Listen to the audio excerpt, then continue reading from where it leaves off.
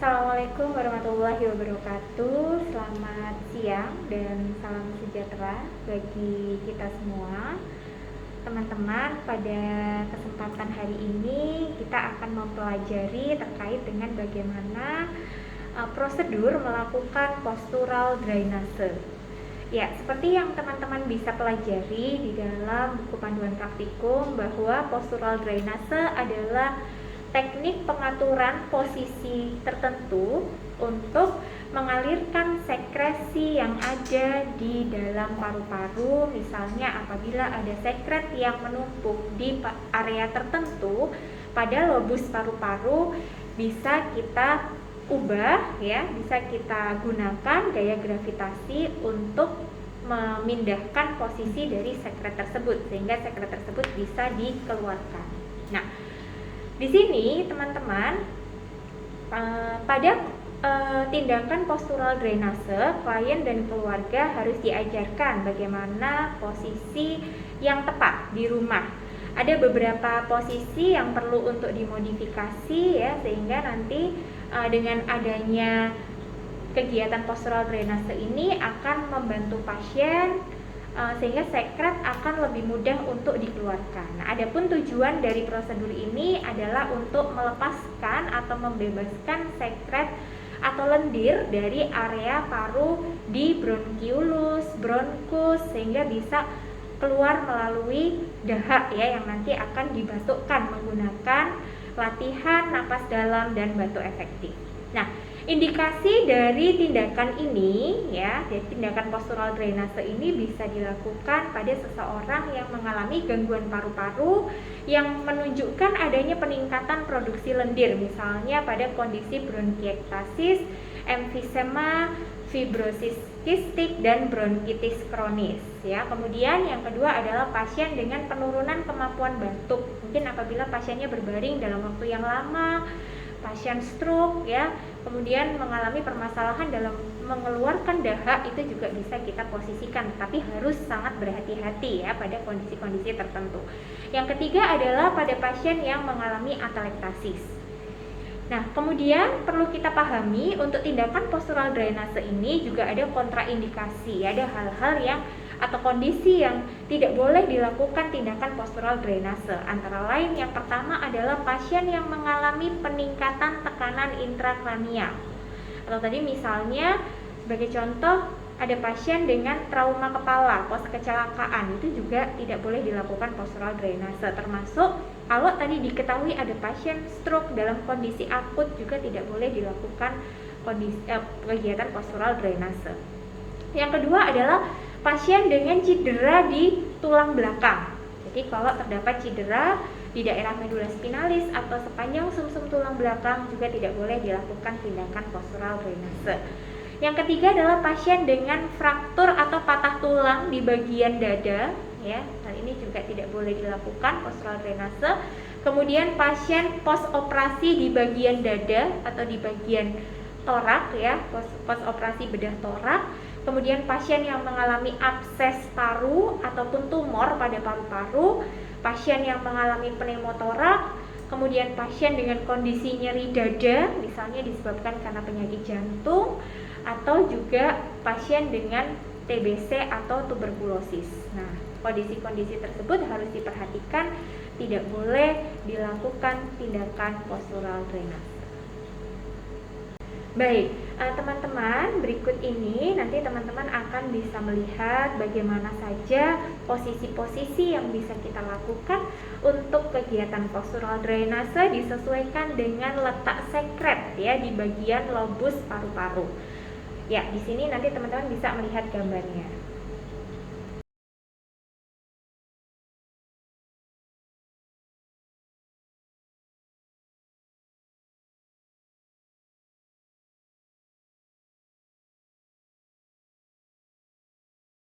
Baik, teman-teman, untuk prosedur kegiatan postural drainase ini ada beberapa alat dan bahan ya yang kita butuhkan.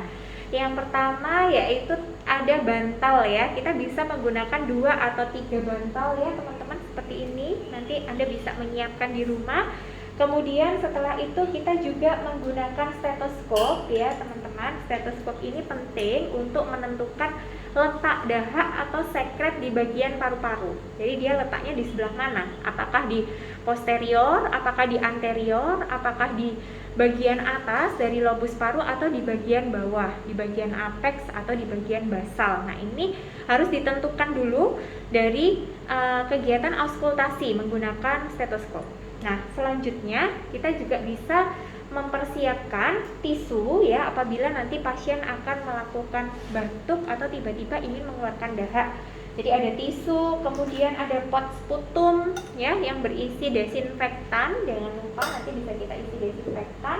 Kemudian juga bisa menggunakan bengkok ya. Nanti kalau misalnya ada sekret ya atau sisa-sisa dari kotoran ya dari hasil batuk efektif tadi ada sputum yang kita bersihkan menggunakan tisu, maka nanti akan kita buang menggunakan bengkok. Kita juga bisa membantu pasien dengan menyiapkan air hangat ya, 1 gelas air hangat mungkin pada saat setelah dilakukan postural drainase dan pasien kita lakukan fisioterapi dada sekalian dengan clapping, vibrating, kemudian kita ajarkan teknik napas dalam, batuk efektif, pasien ingin minum ya supaya bisa mengencerkan dahak, maka kita bisa melakukan sebelum tindakan seperti itu.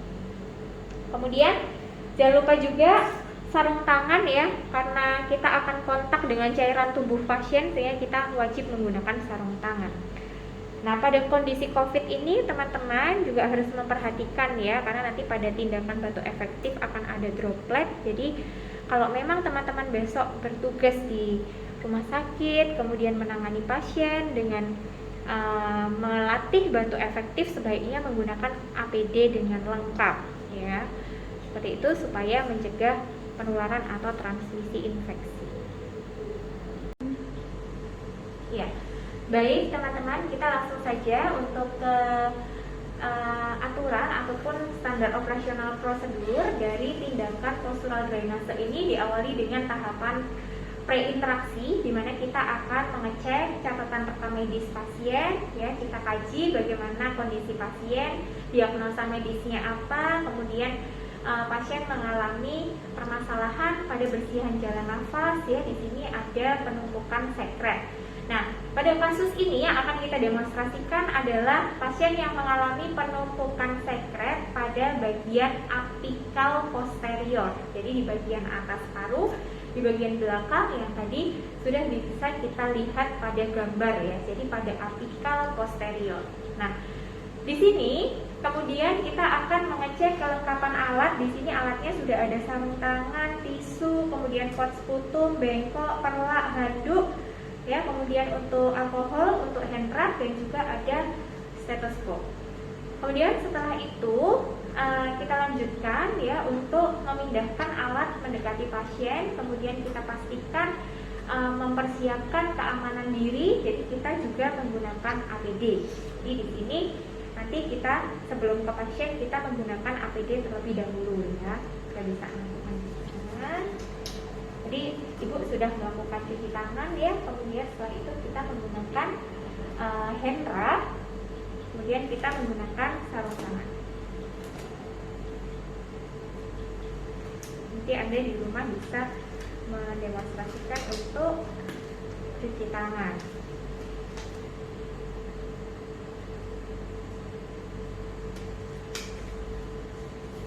Setelah kita memastikan keamanan diri ya dengan menggunakan masker, menggunakan sarung tangan dan sudah melakukan cuci tangan, kita akan menuju pasien untuk tahap orientasi. Selamat sore dengan Ibu Laila. Ya. Bagaimana keadaannya Bu Laila hari ini? Sudah membaik? Masih sesak napas ya, Bu Laila, rasanya batuknya masih berdahak juga. Ya, baik. Jadi di sini kondisi dari Bu Laila kita tanyakan ya teman-teman. Pertama-tama kita tanyakan dulu bagaimana kondisinya, lalu kita jangan lupa menyampaikan untuk memperkenalkan diri. Bu Laila masih ingat dengan saya? Saya adalah perawat Feni atau Nurse Feni yang sore ini berjaga hari ini karena tadi kita sudah mengamati rekam medis dari Bu Laila. Masih ada dahak ya Bu ya, kemudian juga batuknya masih belum bisa lancar, kita akan coba untuk melakukan pemosisian. Jadi nanti ibu akan kita posisikan dengan nyaman sehingga kita harapkan nanti dahaknya bisa keluar dengan lancar seperti itu. Ibu tadi sudah minum? Sudah ya? Ya, kalau minum nanti setelah kegiatan kalau ibu ingin minum boleh, nanti supaya kalau banyak minum air hangat akan mempermudah untuk pengeluaran dahaknya seperti itu. Nanti waktu yang kita butuhkan kurang lebih 7 menit. Apakah ada yang mau ditanyakan? Ya, jadi nanti kita hanya memposisikan ya Bu ya. Nanti bisa di langkah yang berikutnya kita akan melakukan tekuk-tekuk seperti itu untuk membantu pengeluaran dahaknya. Sudah cukup jelas? Ya, selanjutnya kita akan melakukan untuk tahap kerja teman-teman. Jadi kita tadi sudah melakukan cuci tangan ya, karena kita akan menggunakan APD sebelum bertemu dengan pasien. Kemudian kita jaga privasi pasien, kita pastikan pasien menggunakan selimut ya. Kemudian juga kita tutup tirai.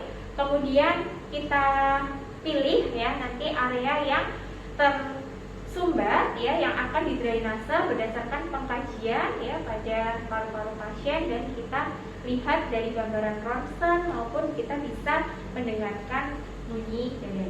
Baik.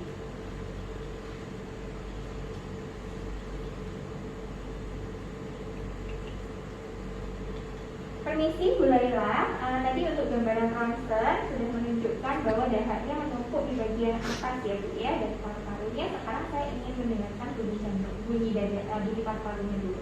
Ya, ya permisi. Bu Laila bisa menarik nafas, dihembuskan perlahan-lahan, baik. Oke, kemudian sekarang Bu Laila bisa menarik nafas, dihembuskan secara perlahan-lahan, baik. Selanjutnya Bu Laila bisa menarik nafas, dihembuskan dengan perlahan-lahan. Iya, baik. Ya. Jadi dari hasil pemeriksaan di sini memang penumpukan dahaknya ada di bagian atas dulu ya. Ini terdengar suara grok-grok seperti itu. Ya, nanti akan kita bantu. Kemudian setelah itu kita akan memposisikan pasien sesuai dengan posisi postural drainase yang tadi sudah kita pelajari ya. Karena posisi sekret ada di bagian apikal posterior, maka pasien akan duduk dengan posisi high fowler, kemudian sedikit menghadap ke depan ya. Kemudian nanti bagian antara bawah pahanya akan kita ganjal dengan menggunakan bantal seperti itu. Baik, saya bantu Bu Laila untuk duduk seperti ini ya. Nanti Ibu bisa saya letakkan bantal dulu di bagian kaki ya. Jadi posisi dari bantal bisa diletakkan di antara paha dan lutut ya, supaya pasien merasa nyaman. Kemudian pasien boleh bersandar dengan bantal seperti ini. Karena tadi posisi sekret ada di bagian atas agak belakang. Nah, maka kita posisikan pasien seperti ini. Nah, dengan tindakan postural drainase ini, kita akan meminta pasien untuk mempertahankan posisi ini selama 10-15 menit. Nah, selama 10-15 menit ini, kita bisa melakukan kegiatan perkusi dada, ya. Jadi kita bisa melakukan tindakan clapping, ya, dan juga vibrating nanti di bagian dadanya, ya, untuk membantu di bagian pundak seperti ini, ya. Kemudian bagian kanan kiri untuk membantu menggetarkan dahaknya sehingga dahaknya akan mudah untuk dikeluarkan nantinya seperti itu. Nah, ini juga bisa kita kombinasi dengan tindakan vibrating.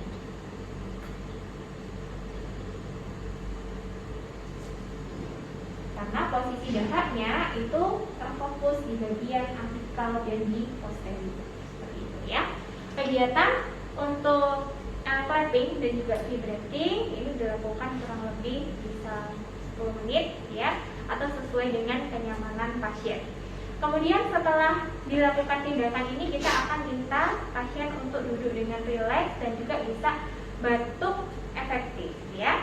Permisi Ibu, ini bisa saya ambil dulu Ibu untuk bantalnya. Nanti Ibu bisa duduk dengan rileks. Mungkin ini juga saya ambil. Ya, bisa diluruskan dulu bentar ya. Ibu duduk dulu ya. Ya, baik. Kemudian saya akan menyiapkan handuk dan juga pelak, permisi Ibu, supaya nanti dahaknya tidak mengenai pakaian dari pasien.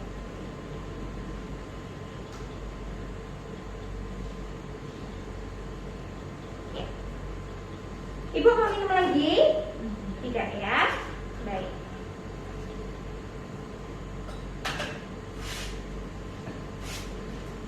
Silakan Ibu bisa memegang tisunya. Kalau Ibu, ya baik. Di sini nanti Ibu akan menarik nafas, ya Bu ya. Menarik nafas dulu. Saya hitung ya Bu ya. 1, 2, 3. Tarik nafas, kemudian ditahan, kemudian dihembuskan. Seperti itu. Setelah 3 kali menarik nafas dalam, nanti Ibu bisa menarik nafas yang ketiga dengan perlahan-lahan ditahan, kemudian pada saat menghembuskan sambil dibatukkan. Seperti itu. Baik. Yang pertama, tarik nafas, Ibu. Dalam pelan-pelan ya, dihembuskan. Tarik nafas, dihembuskan. Baik. Yang ketiga, siap-siap ya Bu. Nanti tarik nafas dalam, ditahan, kemudian dibatukkan. Tarik nafas, ditahan, dibatukkan. Baik. Ya. Alhamdulillah ini dahaknya sudah keluar ya Bu ya. Ibu sudah merasa lebih nyaman atau mau batuk lagi? Ya, sudah cukup. Ya. Baik. Kemudian kita akan rapikan peralatan. Permisi ya Bu ya.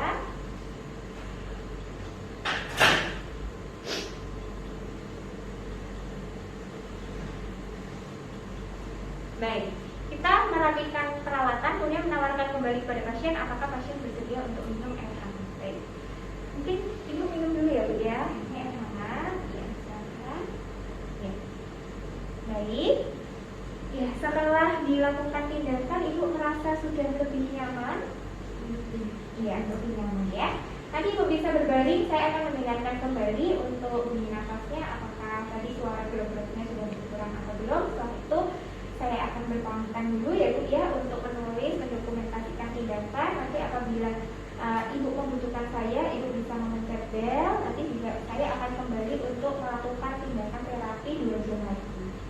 Ya, saya rapikan Ibu, silakan Ibu bisa berbaring kembali. Ya, saya mohon izin untuk mendengarkan tindakan Ibu. Tarik nafas, ya bisa. Tarik nafas, bisa. Ya, tarik nafas, bisa.